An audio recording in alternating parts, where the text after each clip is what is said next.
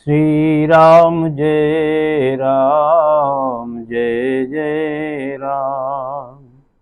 श्री राम जय राम जय जय राम। श्री राम जय राम जय जय राम। कौशल्या के प्यारे राम, दशरथ राज दुलारे राम। श्री राम जय राम। बोली मर्यादा पुरुषोत्तम प्रिय राम जी सरकार की जय। बोली लक्ष्मण जी महाराज की जय। बोली हनुमान जी महाराज की जय। श्री वाल्मीकि रामायण के 29वें सर्ग में आप लोग कथा श्रवण करेंगे। महाराज विश्वामित्र जी के द्वारा श्री राम जी सरकार और लक्ष्मण जी उनसे पूछ रहे हैं कि सामने वाला ये आश्रम कौन सा है और यहाँ कौन से सिद्ध महात्मा रहते हैं, तो उस आश्रम के बारे में जानकारी देना, अर्थात सिद्धाश्रम आश्रम के बारे में जानकारी देना। विश्वामित्र जी सिद्धाश्रम आश्रम के बारे में जानकारी दे रहे हैं और श्री वाल्मीकि रामायण के प्रसंग में आगे बढ़ते हैं। विश्वामित्र जी बता रहे हैं, राम जी से कह रहे हैं कि पूर्व काल में यहाँ देव वंदित भगवान विष्णु ने बहुत वर्षों के मतलब 100 युगों तक तपस्या के लिए निवास किया था। उन्होंने यहाँ बहुत ही बड़ी तपस्या की थी और यह स्थान महात्मा वामन अवतार धारण करने की उद्यत हुए श्री विष्णु भगवान अवतार गण से पूर्व आश्रम था। ये कथा आप लोग श्रवण कर रहे हैं। इसकी सिद्धाश्रम के नाम से ख्याति थी क्योंकि यहाँ पर महातपस्वी विष्णु को सिद्धि प्राप्त हुई थी। जब वे तपस्या करते थे उसी समय विरोचन कुमार राजा बलि ने इंद्र और मरुद गणों सहित समस्त देवताओं को पराजित करके उनका राज अपने अधिकार में कर लिया था। वे तीनों लोकों में विख्यात हो गए थे। उन महातपस्वी महान असुरराज ने एक यज्ञ का आयोजन किया। उधर वल यज्ञ में लगे हुए थे, इधर अग्नि आदि देवता स्वयं इस आश्रम में पधार कर भगवान विष्णु से बोले कि हे परमेश्वर, विरोचन कुमार बलि एक उत्तम यज्ञ का अनुष्ठान कर रहे हैं और उनका यह यज्ञ संबंधी नियम पूर्ण होने से पहले ही हमें अपना कार्य सिद्ध कर लेना चाहिए। इसी में भलाई है। इस समय जो भी याचक उधर आता है बलि जी के यहाँ पर घूमते घामते और जो भी याचना करता है वो बलि उसको उपलब्ध कराते हैं। याचक को खाली हाथ नहीं भेजते हैं। गौ मांगता है तो गौएं दान देते हैं। भूमि मांगता है तो भूमि दान देते हैं। सोना मांगता है तो सोना दान देते हैं। जो याचक याचना लेकर पहुंचता है वो बलि उनको देते हैं। गौ, भूमि और स्वर्ण आदि संपत्तियों से जिस वस्तु की भी वो याचना करता है वो उनको देते हैं। राजा बलि यथावत रूप से अर्पित कर देते हैं उन सभी वस्तुएं उनको, याचक को। अतः हे विष्णु भगवान, आप देवताओं के हित के लिए अपनी योग माया का आश्रय लेकर के वामन रूप धारण करके यज्ञ में जाइए और हमारा उत्तम कल्याण साधन कीजिए। ये कहा अग्निदेव। श्री राम उसी समय अग्नि के समान तेजस्वी महर्षि कश्यप धर्मपत्नी अदिति के साथ अपने तेज से प्रकाशित होते हुए वहां पर आए। कश्यप और अदिति एक सहस्र दिव्य वर्षों तक उन्होंने अनुष्ठान पूजन तप किया था। वो उनका तप समाप्त हुआ था। उस समाप्त के बाद वो वहां पर कश्यप और अदिति आए।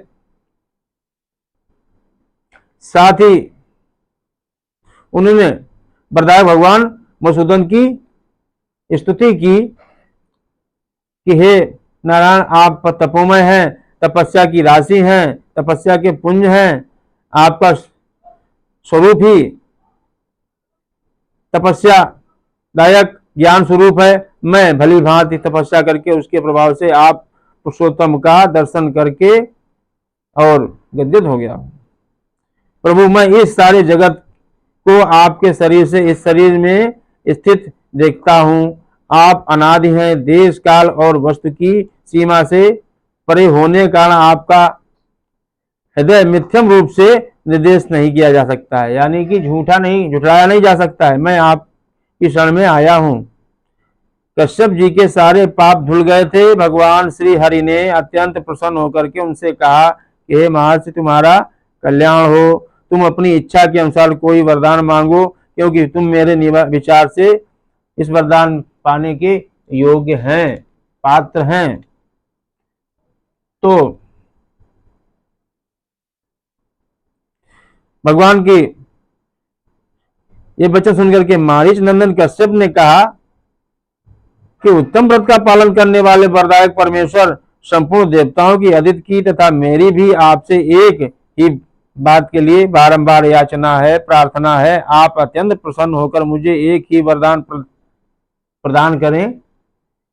भगवान, निष्पाप नारायण देव आप मेरे और मेरे अदिति के पुत्र हो जाएं। ये कश्यप जी ने कहा, अदिति जी ने कहा कि आप निष्पाप होकर के मेरे और मेरी धर्मपत्नी अदिति जी के पुत्र हो जाएं। आप इंद्र के छोटे भाई हो या और शोक से पीड़ित हुए इन देवताओं की सहायता करें। देवेश्वर भगवान, आपकी कृपा से यह स्थान सिद्धाश्रम के नाम से विख्यात होगा। अब आपका तप स्वरूप कार्य सिद्ध हो गया है, अतः यहां से उठिए, आपका कार्य सिद्ध हो गया है। इसके बाद भगवान विष्णु अदिति देवी के गर्भ से प्रकट हुए और वामन रूप धारण करके विरोचन कुमार बलि के पास पहुंचे। बोले बावन भगवान की जय। देखिए, रचना शुरू हो गई है, कथा में रस यहां से प्रारंभ हो गया है। राजा बलि का अवतार हुआ और क्षमा करें, वामन का अवतार हुआ और राजा बलि के यहां पहुंचे और भगवान विष्णु बलि के अधिकार से त्रिलोकी का राज लेना चाहते थे। अतः उन्होंने 3 पग भूमि के लिए याचना करके उनसे भूमि दान के लिए याचना की। वामन भगवान ने राजा बलि से कहा कि हमको कुछ नहीं चाहिए, केवल 3 पग भूमि आप हमको दान में दे दें और हमारी कोई याचना आपसे नहीं इसके सिवा। और महातेजस्वी श्री हरि ने अपनी शक्ति से बलि निग्रह करके त्रिलोकी को पुनः इंद्र के अधीन कर दिया। सारी पृथ्वी 3 पग में नाप ली। उन्हीं भगवान ने पूर्व काल में यहां निवास किया था, इसलिए यह आश्रम सब प्रकार से सुख प्रदान करने वाला है और दुखों का, शोक का नाश करने वाला है। उन्हीं भगवान वामन में भक्ति होने के कारण मैं भी इस स्थान को अपने उपयोग में लाता हूं। इसी आश्रम पर मेरे यज्ञ में विघ्न डालने वाले राक्षस आते हैं। हे राम, यही तुम्हें उन दुराचारियों का वध करना है। श्री राम, अब हम लोग उस परम उत्तम सिद्धाश्रम में पहुंच रहे हैं। तात यह आश्रम जैसे मेरा है वैसे तुम्हारा भी है, तुम्हारा भी अधिकार इसमें, जितना हमारा है उतना तुम्हारा भी अधिकार इस आश्रम में है। ऐसा कहकर महामुनि ने बड़े प्रसन्न होकर प्रेम से श्री राम और लक्ष्मण के हाथ पकड़ लिए और उन दोनों के साथ आश्रम में प्रवेश किया। उस समय पुनर्वसु नामक नक्षत्र के समान राम और लक्ष्मण दोनों लोग कांतिमान शोभायमान हो रहे थे। जैसे पुनर्वसु नक्षत्र में चंद्रमा उज्जवल होता है, कोहरे का जरा भी प्रकोप नहीं होता, इसी प्रकार राम जी और लक्ष्मण जी शोभायमान हो रहे थे। उनका मस्तक खिल रहा था।